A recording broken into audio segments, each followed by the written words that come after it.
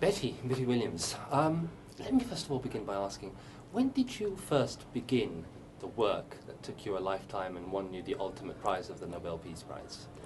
34 years ago this year, in August. It'll be 34 years. And was there some specific incident that sparked this? Yeah, the death of 3 children, which I witnessed. And at that time I had young children of my own. I was very frightened for them, you know. But that's what initiated the spark that got me off my butt to get out and do something in Belfast rather than saying how horrible it was. You can sit back all your life and say how horrible things are, but unless you take a step to change it, it's never going to change. Did you have immediately a clear idea of what that step was going to be? No, none whatsoever. What happened was, later in the evening after I'd witnessed the death of the children, I went and started collecting signatures for peace. But I mean, this is really a funny story too, but it's not so funny in other ways. I went on a door-knocking campaign in provisional IRA territory. I mean, I was so angry at what had happened, and I was banging on the doors and yelling at the women, you know, we can't go on living like this, we have to do something about it. And I had my son's homework thing with me, and I said, we are going to do something for peace. And one woman said to me, but there's nothing on this, what do you mean? So I wrote on a petition for peace. And it was, I think the only way to describe it was rather like being the Pied Piper of Hamelin. What I actually did was, who was it who said nothing is as strong as an idea whose time has come? And I think I lifted the lid just at the right time, because the women of Ireland, Northern Ireland, were absolutely sick of it all. So you were received well? Well, by the women, yes. The majority of them, yeah, very well. Some didn't, you know, we had some tell me. But there was so many women out collecting signatures at this stage, it was like a organised confusion. It was beautiful. It was certainly a very bold mission, move, initiative. Did you at any time feel threatened or endangered? I never even thought about it. I think the only thought in my mind at that particular time in my history was my children.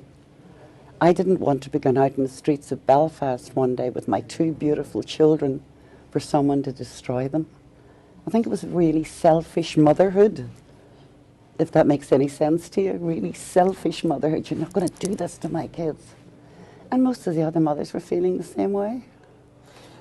So we had a woman knocking on doors, asking for signatures. In the overall context of a war going on, that may sound like something very little, but it wasn't.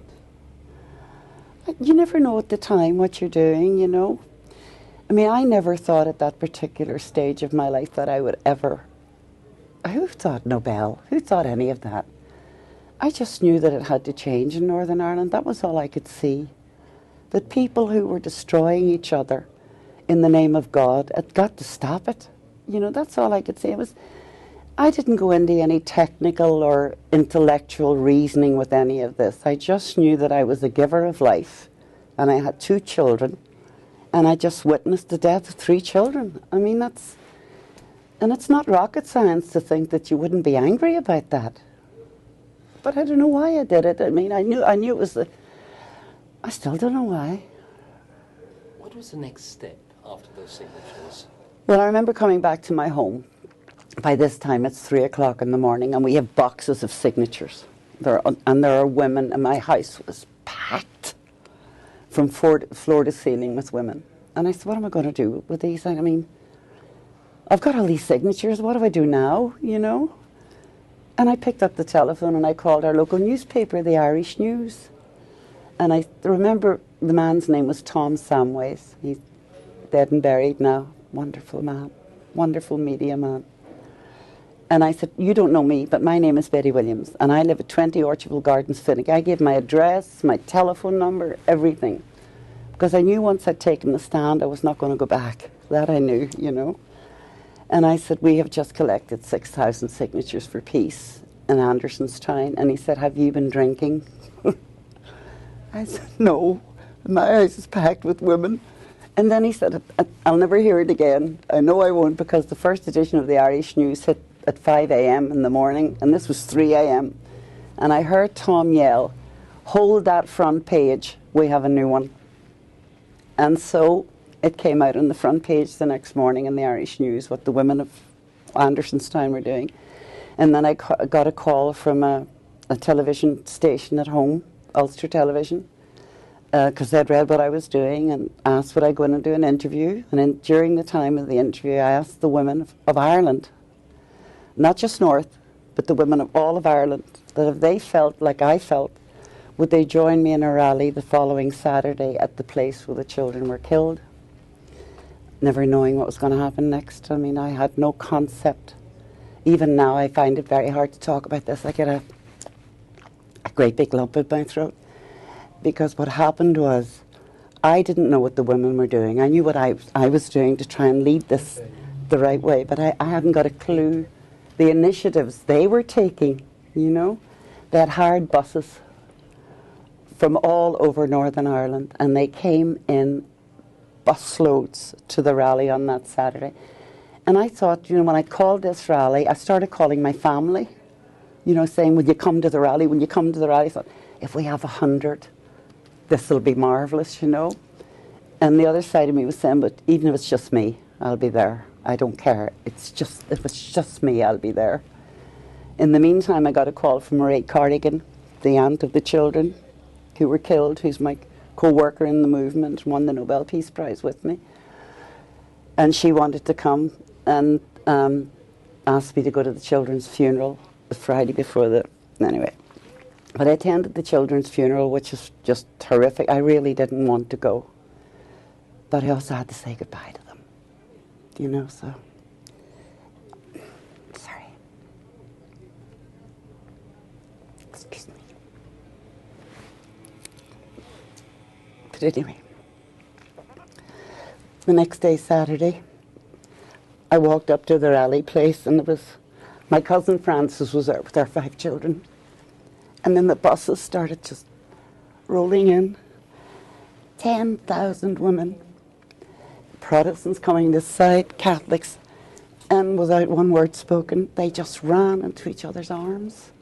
It was like, it was a miracle. There must have been people along your path. Sorry, excuse me, thanks. I can never talk about this, it just... Sorry. Because across the street from where we held the rally, there were gunmen on the roof. And I remember praying, please God, don't let me get any one of these women killed. Keep them safe, you know. But there was such dignity. And we just sang. And then came back to my house, a few of the women, and started planning a series of rallies. So that was the... I'm so sorry for doing this. Let me ask you, there must have been people along your path who said, why are you bothering? This is an impossible situation. Every other person. What did you tell them? I told them to get out of my way. You know, one of the sayings that I loved from Lee Iacocca was, lead, follow, or get out of the way, you know. And that was my attitude, get out of the way. Because by then, the reinforcement of the mothers was so strong. I wasn't alone.